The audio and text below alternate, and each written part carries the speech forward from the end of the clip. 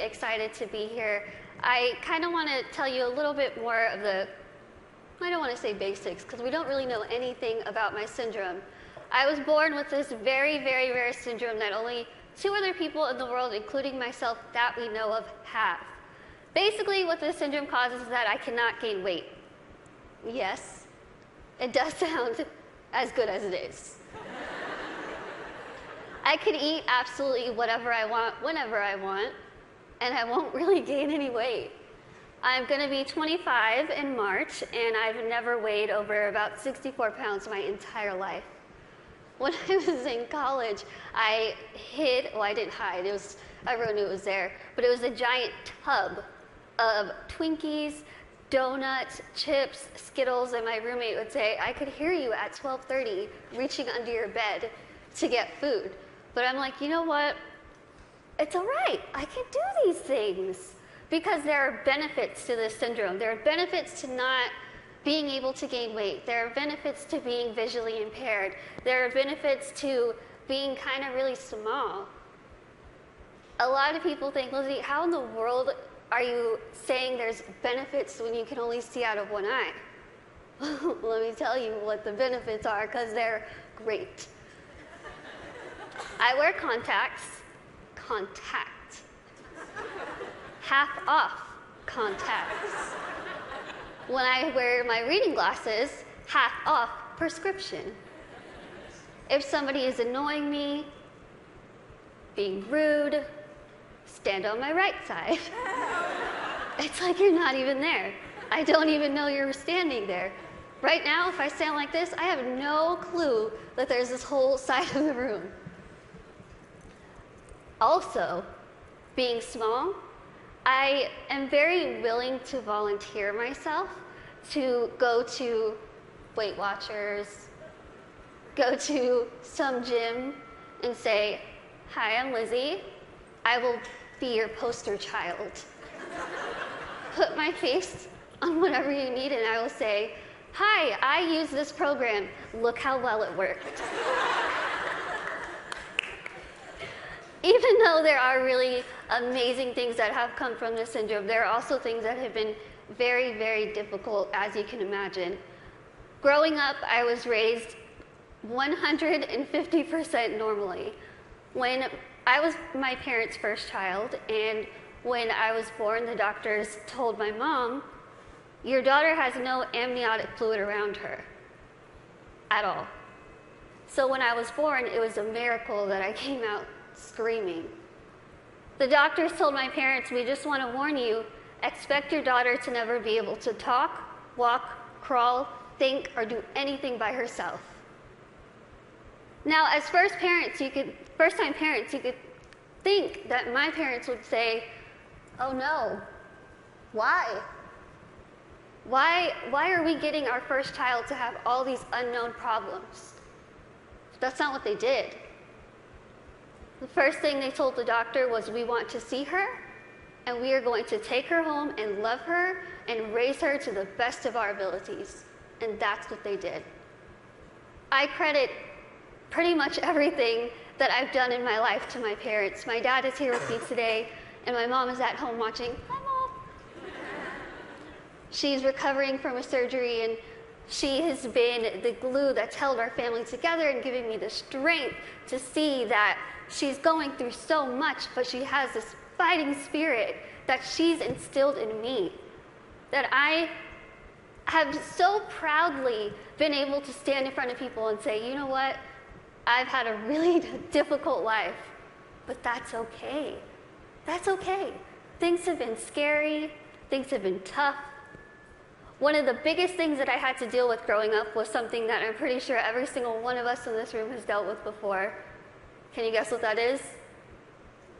Starts with a B. Can you guys guess it? Boys. Boys? bullying. I know what y'all are thinking. I should have come, why couldn't I sit here with them? I had to deal with bullying a lot, but as I said, I was raised very normally. So when I started kindergarten, I had absolutely no idea that I looked different. No clue. I couldn't see that I looked different from other kids. I think of it kind of as a big slap of reality for a 5-year-old because I went into school first day decked out in Pocahontas gear. I was ready. I went in with my backpack that looked like a turtle shell because it was bigger than me. And I walked up to a little girl, I smiled at her. She looked up at me like I was a monster, like I was the scariest thing she'd ever seen in her life. My first reaction was, she is really rude. I am a fun kid and she's the one missing out, so I'll just go over here and play with blocks or boys. I thought the day was going to get better, and unfortunately it didn't. The day kind of got worse and worse, and a lot of people just wanted to have absolutely nothing to do with me, and I couldn't understand why. Why? What did I do? I didn't do anything to them. In my mind, I was still a really cool kid. So I had to go home and ask my parents, what's wrong with me? What did I do?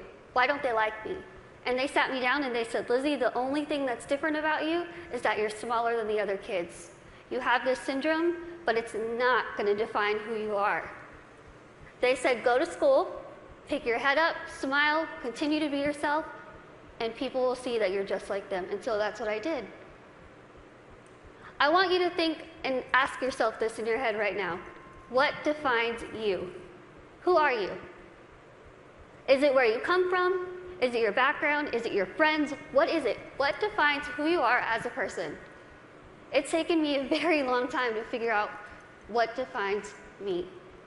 For so long, I thought what defined me was my outer appearance. I thought that my little tiny legs and my little arms and my little face was ugly. I thought it was disgusting. I hated when I would wake up in the morning and I was going to middle school and looking in the mirror, getting ready and thinking, can I just scrub this syndrome off? It would make my life so much easier if I could just scrub it off. I could look like the other kids. I wouldn't have to buy clothes that had Dora the Explorer on it. I wouldn't have to buy stuff that was bedazzled when I was trying to be like the cool kids.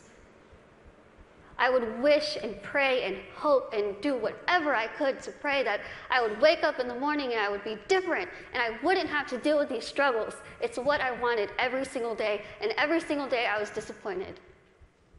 I have an amazing, amazing support system around me who never pity me, who are there to pick me up if I'm sad, who are there to laugh with me during the good times, and they taught me that even though I have this syndrome, even though things are hard, I can't let that define me.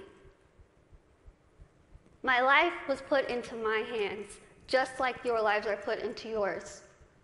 You are the person in the front seat of your car. You are the one who decides whether your car goes down a bad path or a good path. You are the one that decides what defines you. And let me tell you, it could be really hard to figure out what defines you. Because there are times where I would just get so annoyed and frustrated, and I don't care what defines me.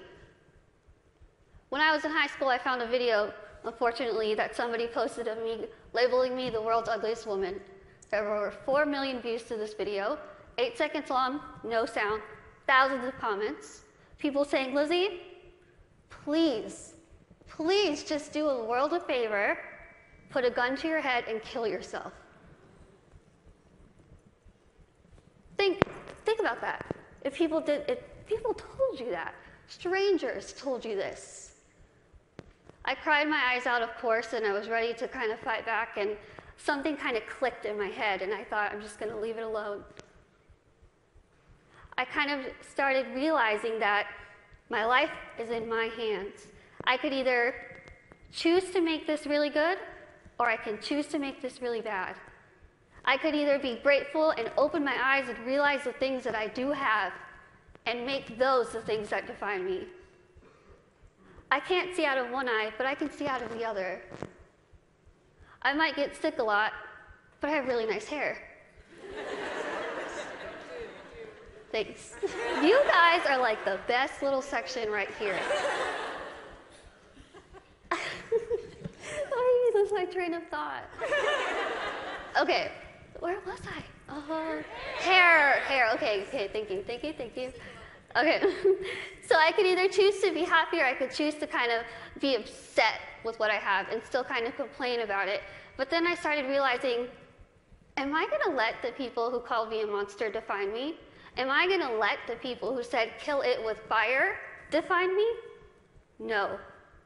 I'm gonna let my goals and my success and my accomplishments be the things that define me, not my outer appearance, not the fact that I'm visually impaired, not the fact that I have this syndrome that nobody knows what it is.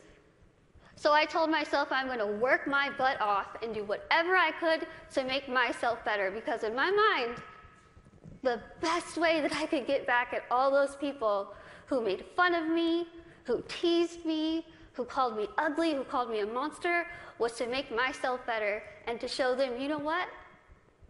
Tell me those negative things, I'm gonna turn them around and I'm gonna use them as a ladder to climb up to my goals. That's what I did. I told myself I wanted to be a motivational speaker, I want to write a book, graduate college, have my own family, my own career. 8 years later, I'm standing in front of you, still doing motivational speaking. First thing, I accomplished it. I wanted to write a book.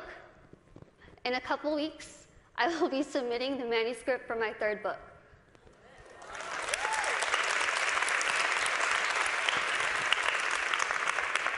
I wanted to graduate college, and I just finished college. I'm getting a degree in communication studies from Texas State University in San Marcos, and I have a minor in English. I really tried to use real life experience while I was getting my degree, and my professors were not having it. But I wanted to have, lastly, my own family and my own career, and the family part is kind of down the line. My career part, I feel like I'm really doing well with it, considering the fact that when I decided I wanted to be a motivational speaker, I went home, I sat in front of my laptop, went to Google, typed in how to be a motivational speaker. I'm not even joking. I worked my butt off. I used the people who were telling me that I couldn't do this to motivate me. I used their negativity to light my fire to keep going. Use that. Use that. Use that negativity that you have in your life to make yourself better, because I guarantee you, you will win.